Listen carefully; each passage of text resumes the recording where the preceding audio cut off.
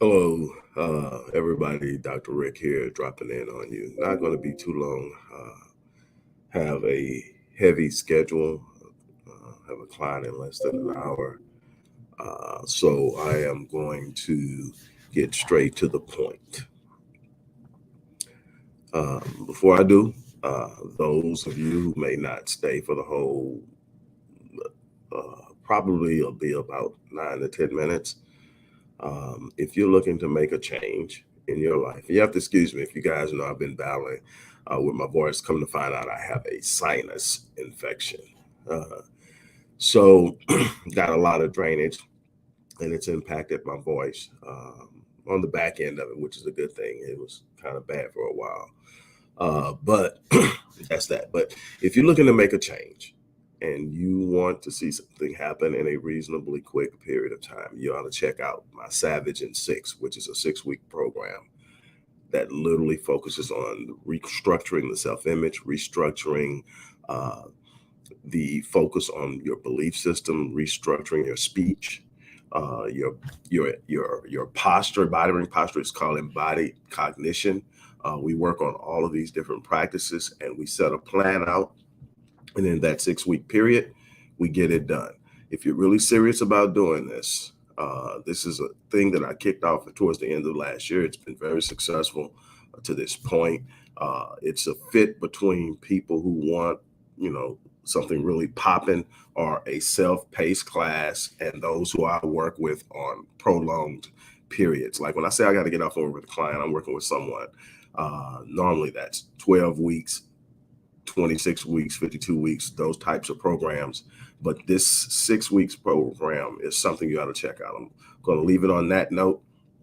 And I'm going to talk to the rest of the people who will stay for the 9 to 10 minutes why that program is important. The question I want to initiate this monologue with is, why are you waiting? What are you waiting for? Some of you are waiting for permission, and permission comes in a number of different ways. Some of you are waiting on that one person that you hold so dear to tell you you can. Not in giving permission like, yes, you can, but in permission like they believe you can. You're waiting on them to co-sign your vision. Some of you are waiting on the right opportunity, whatever that is.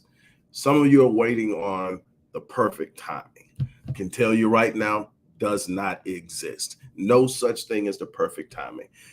I know people who are now working with me that started out, they're in their 50s, but they started out in their 20s with when. And it was when I get out of school, when the kids get older, when the kids get out of school, when things settle down. And it goes on and on and on. There's always going to be something that's in your everyday life that seems like an impediment or something you really need to focus on that will take you off the path of you focusing on your vision and your work. And don't get me wrong, kids are important. Finishing school is important if you decide to take the academic route. All of these things are important. So it isn't a real easy decision if you're looking at it, because you're sitting up and saying, these are important. I got to give my kids all of my attention. But you know what would have been better for your kids? If your kids would have saw you in the middle of everything you were doing and all the responsibilities you had, standing up and saying, there's a better life for me. And despite all these things I have going on, I'm going to stand up and I'm going to go out there and I'm actually going to do what I believe I should be doing in this world. I'm going to be my best self. I'm not going to wait on the right opportunity. I'm not going to wait on somebody to give me permission. I'm not going to wait until the environment is perfect. I am going out there right now in the midst of everything, and I'm going to make it happen. And will it be easy? Absolutely not. But what I can tell you is there are some people who are waiting because they're afraid that they're going to fail. Let me tell you, waiting kills way more dreams than failure ever has. Matter of fact, the only dreams that failure has killed are the dreams of the people who accepted the failure as the final outcome. For the people who experienced failure and learned from it and got back up and tried again and again and again, They succeeded. They fulfilled their dreams. They learned. Many of them are teaching other people to do it, including me. Let me tell you, there's no such thing as failure being final until you quit. Failure is a part of the process. I know people who had to take the bar exam 4 or 5 times. I know people who had to take the insurance exam 4, 5, 6, 7 times. And I know people who had to take driving exam. I mean, sitting up and saying, okay, you fail. Nobody wants to feel that failure. Nobody wants an F on their report card of life. Whatever it is you're doing, nobody wants that. But let me tell you something. It should drive you to do better. If you've got drive in you, the F isn't the end. It's the beginning of another effort to try harder. And so what you've got to do is get up, dust yourself off and say, you know what? I don't like this. I don't like the way it feels. So I'm going to go out and I'm going to do it better. I'm going to learn. I'm going to study. I'm going to do whatever it takes, but I'm going to be better. I'm going to keep trying until I get it right. You cannot sit up and wait on anything. Waiting is not going to get you where you need to go. Matter of fact, let me give it to you in a slightly different way. You have 86,400 seconds in a day. That never changes. Not on the current calendar system and the current day system. That doesn't change. That's 24 hours. And you break that down. You break it down to, so many minutes that breaks down into 86,400 seconds. The most common micro increment of time. Now you can break seconds down into milliseconds and all that, but just seconds are things that are counted every day. So seconds, you got 86,400. And every time you wait a day, you waste it. Yeah, you can spend it doing a whole bunch of things. You can fill time, but are you exploiting the time? Are you utilizing the time? Are you optimizing the time? Or are you just filling it? And the thing is, the things you want in life, you've already proved. If you want it really, really, really bad enough, you'll find a way to get it in while you're doing what you're doing with the kids. So it's not the kids. If you want something bad enough, you'll find a way to get it in, get it done while you're going through school. So it's not school. It is you haven't committed enough to go out there and make it happen on a level that is required for whatever reason. You're not ready to put in that much work. You're not ready to go that hard in the paint. You're not ready to get out there and experience something. A lot of you are afraid of falling on your face. Let me tell you something. I've fallen. I've failed. I have had setbacks that will make your head spin. But I stay in the game. My wife will tell you, drove her crazy. There have been, I went up until I think my 48th or 49th birthday, never been to the hospital. All of a sudden, every year around the same time, something crazy happens, blackout, end up in the hospital. But last time, which was almost a year ago, to 2 weeks from now, a little over 2 weeks from now, will be 2 years. I ended up in the hospital with a series of 5 heart attacks. But my wife will tell you, in each of those times, the moment I was released from the hospital and brought home, the very next day, I was back up. I understood my condition and I understood my limits, but my limits are never lay down. So I'm not going to lay down for a heart attack. I'm not going to lay down for mini strokes or whatever it was that would make me black out and end up in the hospital. Whatever that was that had me visiting ICU units for 4 years. Thank God it's been 2 years, no reoccurrence, and getting healthy, getting strong, getting fit. But what I didn't do is lay down. What I didn't do is fall. Let me tell you this, and then I'll be done.